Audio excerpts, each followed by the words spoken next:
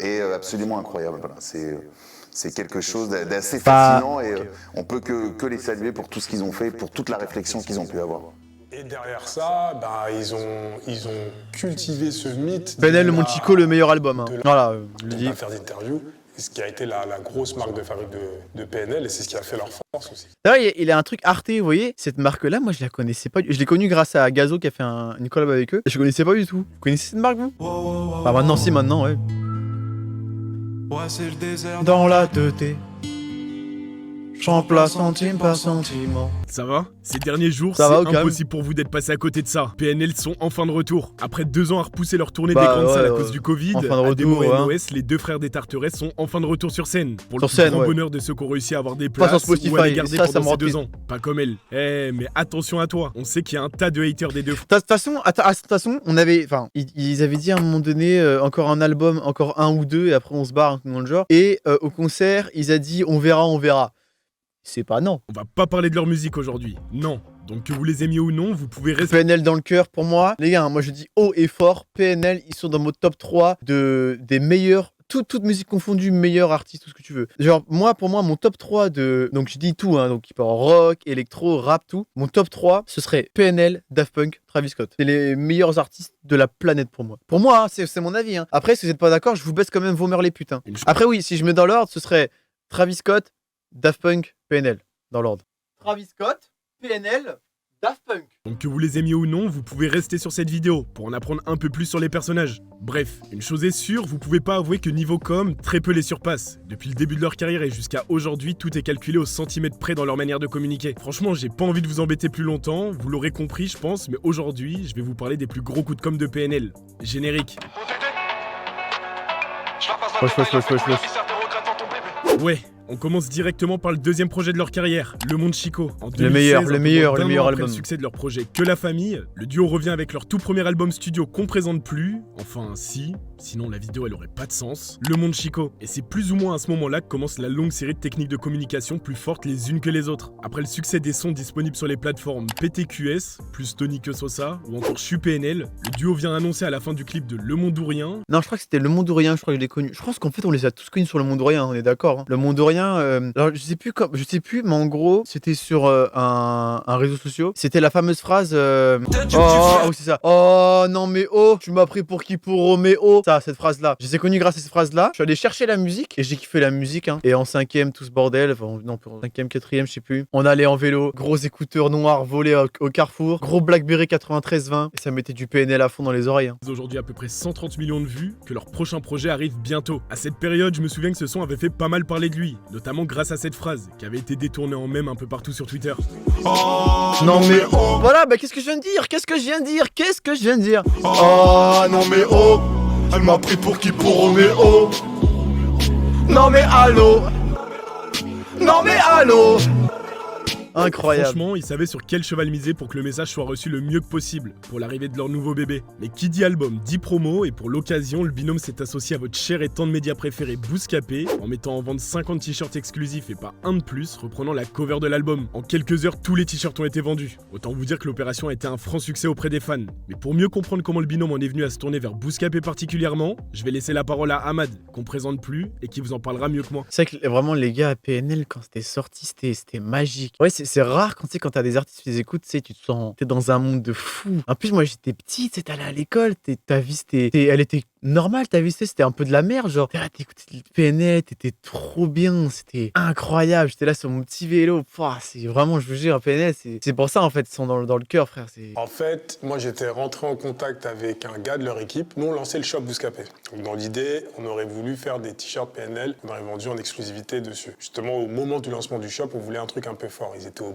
Max. Du coup on se contacte, on discute. On dit nous on aimerait bien faire un merch PNL et le vendre directement sur notre site. Dans les différentes discussions qu'on a, on a une personne entre moi et NOS. Donc là je l'avais encore jamais parlé en direct. Il y a une personne en gros qui faisait le trait d'union entre nous deux. Donc c'était, je sais pas, il y a eu combien d'allers-retours entre eux et nous, etc. Et eux, ils ont dit ok, mais par contre, si on fait le lancement, on veut pas qu'il y ait d'autres produits en même temps dans la boutique, ce qui n'était pas logique pour nous. Parce qu'en vrai, on voulait justement un produit PNL pour drainer du public qui achèterait aussi les autres produits.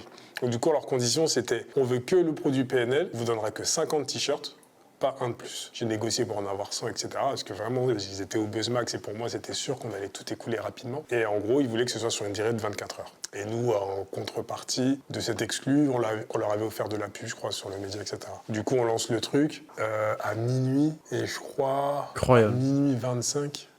Bah, il n'y a plus rien. Bref, toujours en période ouais. de promo, Ademo et NOS ont décidé de faire appel cette fois-ci, non pas à Bouscapé, mais à Skyrock. Pour une Ah oui, semaine il leur de a mis un Planète Rap. plan. Bon, même si la plupart d'entre vous connaissent Comment cette j'avais histoire, le il seum. est toujours bon de la rappeler. Pour ceux qui seraient pas au courant, Planète Rap, c'est quoi? Pendant leur promo, les artistes prennent généralement une semaine de Planète Rap. Ils viennent présenter leur album, lâcher des exclus, parler musique, etc., etc. Et en temps normal, tout se passe bien. Les artistes viennent accompagnés de leurs amis, parfois de petits artistes en développement, mais PNL, Karchak. eux, ont décidé de venir chambouler tout ça. Mais pause, j'ai oublié de préciser quelque J'arrive chose. dans la cité. PNL a fait le choix de faire aucune apparition publique, Bah non, si du ce n'est à coup. leur concert. Donc pas d'interview, pas de prise de parole, pas de plateau télé, rien. Et là, vous vous demandez, mais alors, pour le Planète Rap, ça s'est passé comment? Bah c'est simple. Ils ont sont pas préféré venus. envoyer un singe, Tito de son vrai nom, à leur place pendant toute la semaine. Je m'en rappelle, à cette époque, j'étais au lycée, et ça avait fait pas mal parler ce truc. D'autant plus que le studio de Planète Rap avait été entièrement redécoré pour l'occasion. Mais pour en savoir plus sur cette histoire, j'ai décidé de prendre mes affaires, aller directement chez Skyrock pour aller voir le principal concerné, Fred de Sky.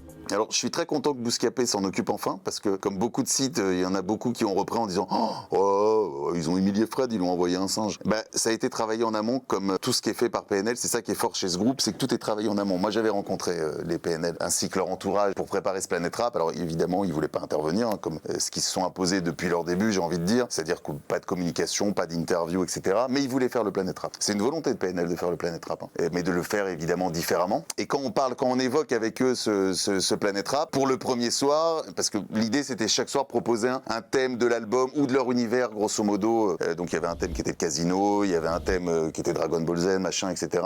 Donc il y avait différents thèmes qui étaient évoqués. Et pour le premier Incroyable. soir, ils se disent ça va être la jungle. Donc on va mettre plein de plantes partout, parce que vous l'avez remarqué aussi peut-être tous, parce que quand on voit les images, les gens retiennent que le singe. Mais il y a des plantes partout, ça veut dire qu'il y a eu un minimum de travail qui a été fait, si tu veux. Et il y a ce singe, mais au début, ce singe, ça devait être un tigre. Je suis pas super fan des grosses bêtes féroces, surtout enfermées ou même tenues en laisse, ça n'a jamais mon ça aurait été Donc, on est incroyable. parti après sur un singe, Oh, ça sur aurait ce été magnifique incroyable. petit singe qui est venu sur mon épaule pendant 1 heure avec justement les gens qui bossent autour de PNL, et l'idée c'était vraiment de proposer un Planète Rap différent, donc avec un décor. C'est aussi ça qu'il faut retenir, c'est qu'ils ont lancé aussi cette mode des décors dans le Planète Rap, donc encore une fois ils étaient en avance là-dessus puisqu'ils ont redécoré complètement ce studio, chaque soir différemment. Alors oui, je sais qu'on retient cette histoire avec le singe, et oui, j'étais au courant. Du coup, vous l'aurez compris, Ah, il était au au-delà de ce courant. coup de com', ils ont J'étais pas seulement au courant, réussi c'est à moi faire qui étais plus au que courant. jamais parler d'eux, mais ils ont également eu une grande influence sur tous les Planète Rap suivants. Aujourd'hui, si vous regardez bien, certains, comme le disait Fred, prennent le temps de soigner leur image pendant toute cette semaine qui leur est chère, que ce soit dans les locaux de Skyrock ou dans des endroits encore plus insolites, comme pour le Planète Rap de SCH par exemple. Mais au-delà de ça, ce genre de move bien ficelé porte ses fruits. Pour rappel, le Monde Chico, c'est 15 000 ventes en première semaine, dont un peu plus de 9 000 exemplaires vendus en physique. Ce genre de coup de maître, qui leur permettent de rester loin des médias mais proche de leur audience, permet aussi aux fans de garder une certaine proximité avec le duo. On a comme l'impression que leur musique, elle, n'est pas destinée à être promue par des géants, mais plutôt qu'elle est là pour être livrée à la famille. Qu'à la famille. Que la famille.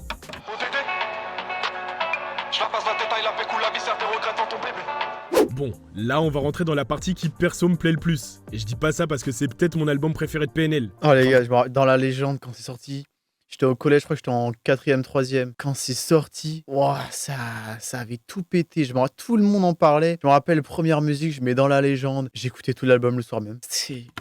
Peut-être un peu. Mais bref, dans La Légende, le deuxième album studio des Oh deux là frères là arrive là un là. tout petit peu moins d'1 an après Le Monde Chico. Sorti le 16 septembre 2016, ça fait beaucoup de 16. Dans La Légende, c'est 78 866 exemplaires vendus en première semaine. Je me rappelle que moi, j'avais acheté...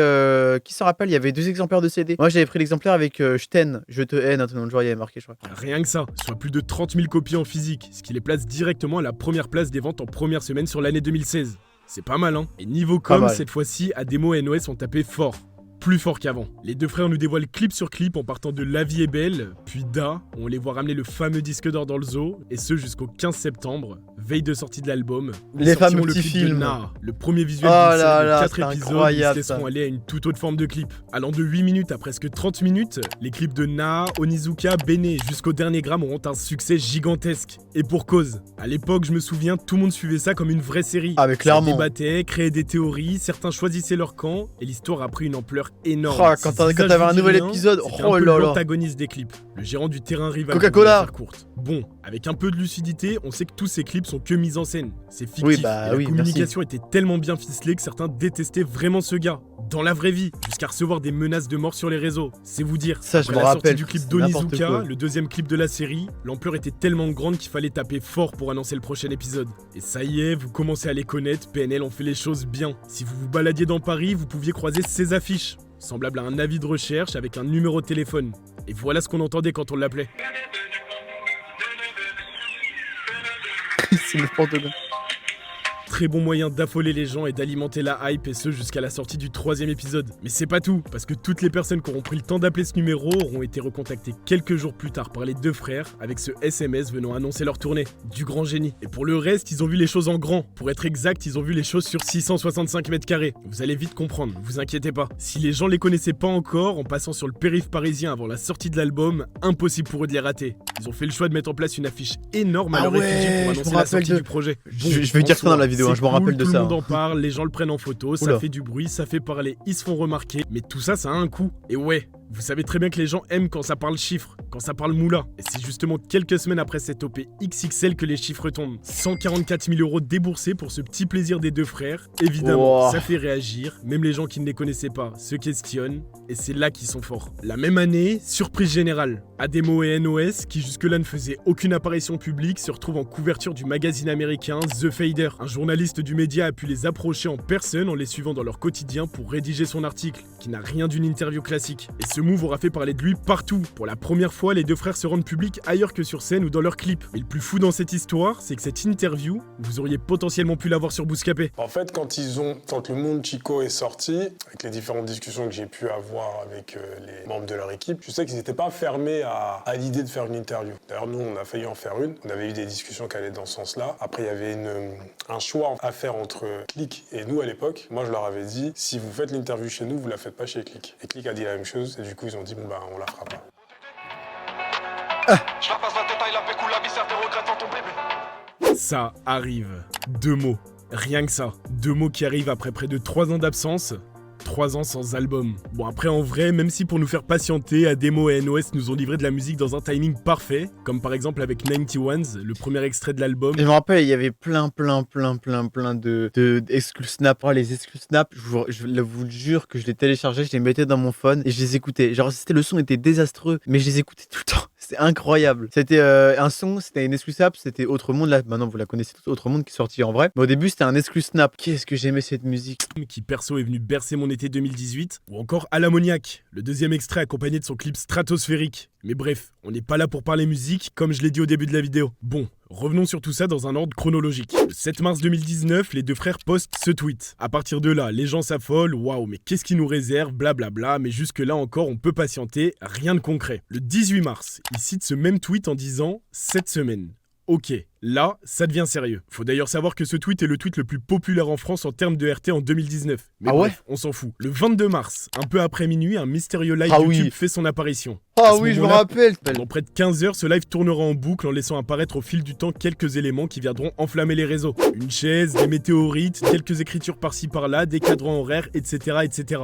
De quoi laisser les fans, et même les moins fans qui se sont joints au mouvement, aller à fond dans les théories. Et je peux vous dire qu'on en a vu passer certaines bien tirées par les cheveux, comme celle-là par exemple. Mais bref, ce coup de com' légendaire a plus que bien marché. Pendant plus de 12 heures, les deux frères étaient numéro 1 des tendances YouTube et numéro 1 des tendances Twitter sur la quasi-totalité de la journée. Toutes les heures, les gens s'attendaient à un happening, et ce jusqu'à 17h, où le live scoopait après avoir annoncé qu'un nouveau clip sortirait le même soir, à 20h. Moi, je me rappelle, ODD, quand c'est sorti, hein, je vais le dire, ouais, je trouvais ça nul à chier. Je rentrais chez moi parce que j'étais en internat, j'étais dans le tram, je sais plus quelle heure il était, et je regarde le clip et tout dans le tram, je me rappelle, j'écoute. À la fin, j'ai fermé mon bigot et j'ai fait... Putain, mais ça pue sa mère la pute. Bon. Les haters, je suis désolé, mais là on va parler d'une masterclass. Je vais être obligé de vous mettre un extrait dans la vidéo. Maintenant, ça va, je Tenez-vous l'aime prêts. bien. À 20h, le clip de ODD sort. Un clip tourné sur la Tour Eiffel. Ouais. Sur la Tour Eiffel. Quelle dinguerie. Et vous savez quoi? Je vous mets l'extrait maintenant.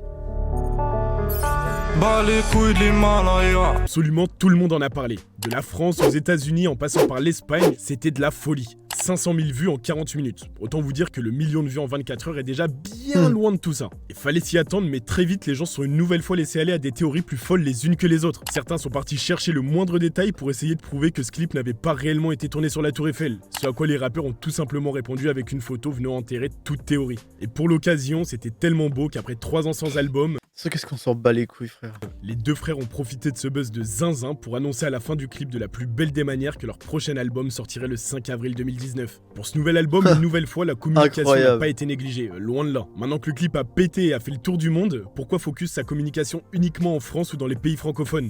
Ils ont alors décidé de placarder des affiches promotionnelles de ce nouvel album un peu partout dans le monde. À Montréal par exemple ou à Berlin. Un certain Mehdi Maizi avait croisé cette affiche. Incroyable comme il dit. Mais l'international c'est cool, mais faut pas oublier d'où l'on vient. Et ça ils l'ont bien compris. Pour faire honneur aux Gargarines, la cité où ils ont vécu dans leur Incroyable. enfance, les deux frères ont une nouvelle fois vu les choses en très grand, en affichant comme pour leur album Dans la légende, une affiche géante au design de leur cover. Très vite, comme d'habitude, les gens s'enflamment, ils veulent voir ça de leurs propres yeux, certains font de très longs trajets pour pouvoir se prendre en photo devant, mais un micro détail perturbe les Là, je crois internautes. qu'ils ont. Un mystérieux trou est présent dans l'affiche. Bah, c'est là où ils Pourquoi il est habitaient, là non? Qu'est-ce qu'ils réservent? On n'en sait rien. Mais pour l'instant, l'heure est à la sortie de l'album. Plus le temps de se questionner sur ce mystérieux trou, le 5 avril arrive à très grands pas. Ça y est, Deux Frères est sorti, et sans surprise, les gens kiffent. On entend parler de PNL partout, on voit PNL partout, on écoute PNL partout, et au cas où certains auraient raté tout ça, Ademo et NOS ont fait le choix de s'associer avec Uber. Avec des voitures une nouvelle fois aux couleurs de la cover, Uber et PNL ont permis aux utilisateurs de l'application de réserver des courses gratuitement, avec en prime les sons de l'album qui résonnent dans la voiture le temps de la course. Évidemment, Putain, tout le monde voulait ouais. faire sa course à bord, les gens étaient comme des dingues, et y a de quoi. Mais si vous croyez qu'ils allaient s'arrêter là, à l'instar des Bleus champions du monde un an plus tôt, pour fêter la sortie de l'album, PNL ont dégainé un maxibus aux couleurs de la cover pour sillonner les rues de Paris, et ce jusqu'à l'avenue des Champs-Élysées. Les gens étaient dingues, le coup de com' était légendaire. Un raz-de-marée de personnes courait après le bus, les gens Oh la chantaient les vache. sons à pleine gorge dans les rues de Paris, bref... C'était génial. Attendez. On va faire un petit retour en arrière. Vous vous souvenez de ce petit trou dans l'affiche dont on parlait juste avant? Le clip de Deux Frères sort, et les réponses à nos questions se trouvent à la toute fin du clip, avec cette scène. Mes frères. Mais c'est là où ils habitaient. Mes frères, c'était logique que c'est là où ils habitaient. C'est logique. Sale canard, tu crois que. Même un mec qui. Enfin, vas-y. Y a pas à dire, ils sont archi forts. Après ça, quelques mois passent, et un beau jour, un nouveau mystérieux live du duo refait son apparition, mais cette fois-ci sur Twitch. Avec une terre, un compte à rebours, des coordonnées GPS. Pour le coup, ça a pas l'air d'annoncer un nouvel album, mais logiquement, ça a tout l'air d'annoncer une tournée très prochainement. Des Ouais, bah, caméras une en tournée. direct dans différentes villes de France s'activent, laissant apparaître de mystérieuses structures. Les gens présents sur place peuvent se voir en direct sur Twitch, donc autant vous dire que beaucoup se sont empressés de sortir de chez eux pour se rendre sur place. Et comme prévu, la tournée des Deux Frères est annoncée. Bon, le reste appartient à l'histoire. Du coup, voilà. Et même si ce foutu Covid est venu ruiner le bonheur des fans, les Deux Frères, eux, sont toujours OP pour qu'on ne les oublie pas. Certains fans ayant acheté leur place pour la tournée ont été choisis au hasard pour se voir une mystérieuse place de concert avec la date du 5 juillet 2020 et avec un petit logo qui ne nous est pas inconnu. Bon, pour vous la faire courte, cette collaboration avec Netflix, sortie un an pile après la date du premier Bercy, n'est finalement qu'entre très gros guillemets, le live du concert à Paris pour leur album Dans la légende. Une déception pour certains qui s'attendaient à une nouvelle annonce du binôme, mais bon, pas de quoi cracher dans la soupe, le move est grandiose quand même. Après près de 2 ans d'absence sur les réseaux, comme prévu, après le report de la tournée, Tarek et Nabil sont de retour. Ils reviennent sur Instagram et Twitter le jour de l'Aïd pour fêter une bonne fête à tous les musulmans, mais également en livrant un message à leurs fans. Et ce message commence par Le vent est bon, un mystérieux message qui reviendra et résonnera plusieurs fois lors de leurs concerts récents. Certains pensent déjà à un futur album qui porterait le même nom. Le vent est bon. Nabil, le vent est bon. Il est bon. Le vent est bon. Le vent est bon. Comment ça, le vent est bon? Mais attendez, parlons rapidement de cette tournée. Déjà, pour la première date à Lille, un nouveau live mystérieux sur YouTube a fait son apparition. Je vais vous parler en vrai, je suis resté plus d'1h30 devant. Ouais, plus d'1h30, alors qu'il y avait un simple message qui affichait reconnexion. Au final, on a juste eu le droit à un micro-passage de ODD. Ça m'a largement suffi pour être hypé. Pour la promo de cette tournée, on a aussi eu le droit au retour des Uber PNL. Certains fans ont même eu la chance, en commandant une course, de gagner des places pour la tournée. Demain, de midi à 22h, c'est gratuit la famille. Et il y a 2 places offertes pour la tournée, Inch'Allah. Force. Mais bref, niveau communication sur cette tournée, au moment où j'enregistre la vidéo, c'est à peu près tout. Mais je suis certain que quelque chose va arriver. Je sais pas pourquoi, je le sens.